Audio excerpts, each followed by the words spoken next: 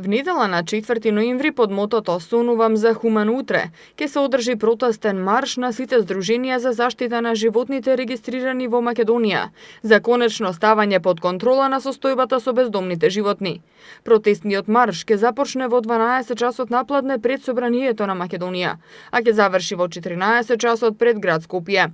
Од здруженијата најавуваат дека го креваат својот глас поради катастрофалната состојба во стационарот Вардариште, каде што во крајно нехумани услови животните се измачувани, изгладувани и најчесто нивниот живот завршува со бавна и болна смрт, велат од здруженијата.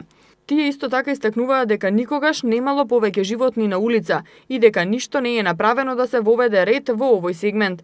Од здруженијата најавуваат дека имаат решенија и предлог програма за која велат дека е единствената хумана програма што дава резултат, поради тоа што истата се применувала во земји каде што проблемот е одамна решен. Тие бараат институциите да им ја предадат надлежноста за да покажат што знаат и што можат.